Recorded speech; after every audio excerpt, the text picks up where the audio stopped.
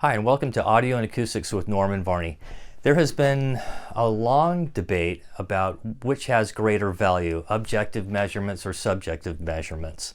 And in the last year or so, it has really spiked to the point of becoming kind of a nuisance for me. And so I'm asked the question frequently, and so I thought I would just compile a video and express my opinion, give you my quick and dirty 2 cents about the subject.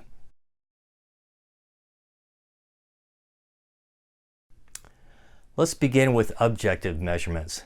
Now, these are for investigative and verification and quality control. You've got to have the right test, though, for the type of data that you're after. There are standards for such tests. In fact, this is a book of standards. And the purpose of having such standards is to have procedures that are then repeatable and consistent, and so that you have a high percentage of confidence in the data that you are collecting. Now, it's got to be, I see constantly, there's this notion that it should be measurable with just a room frequency response test. I see this all the time, and in fact I've seen this for vibration transmissibility. It's the wrong test for that. Just like you wouldn't test a shock absorber performance on a vehicle with an acceleration test. It's got to be the right test so that you collect the right data. So it requires following procedures that are repeatable.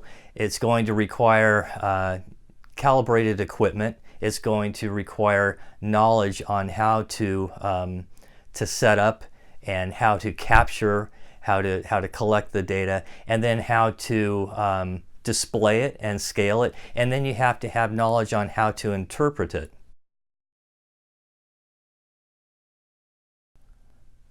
Objective measurements are mathematical and statistical, and we have a hard time relating them to what we hear subjectively. Our subjective vocabulary is pretty vague and pretty individualistic, and not many of the objective measurements were derived from biologically.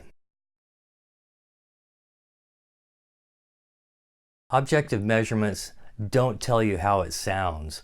They're one-dimensional and they can't portray an image of the sound. They're steady state or impulse signals, or a variation of a combination of those.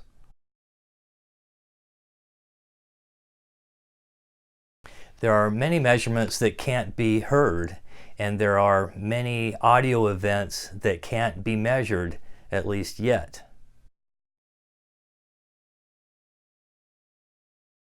Audio measurements are relatively new. The first SPL meter came about in 1917. Gigantic thing. Wasn't what you would call portable at all. Semi-anechoic chambers began to be built in the 20s and 30s. It really wasn't until 1979 when time delay spectrometry and computer power was available to really understand the relationships and simultaneous relationships of time, energy, and frequency. And even back then in 1979, we're talking the device was between 20 and 50 grand. There were only a handful of people that had access to them at that time.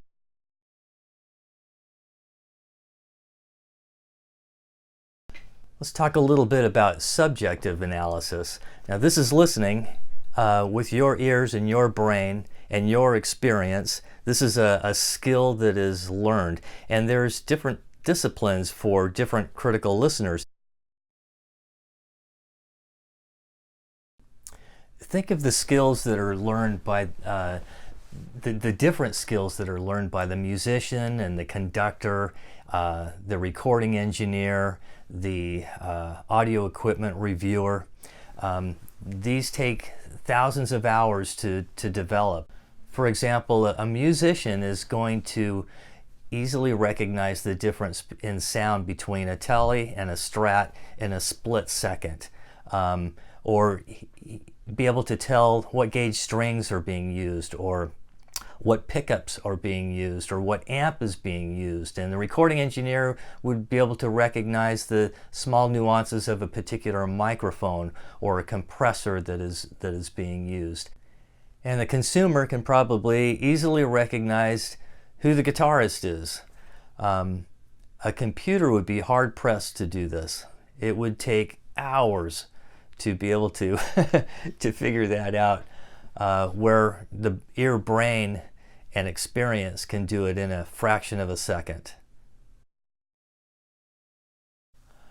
Objective measurements hears sound as energy waves in the logical domain, with one mic at one point in space and time, and at one sample at a time, whereas we listen with our ears and brain complex events in the biological domain.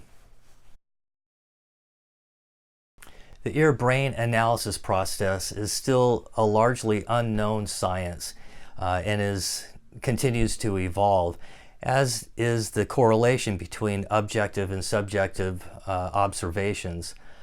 Both have their place as evaluation tools, but only one can tell you if the result is beautiful. Please leave comments below, and if you've enjoyed this video, please subscribe. Thanks.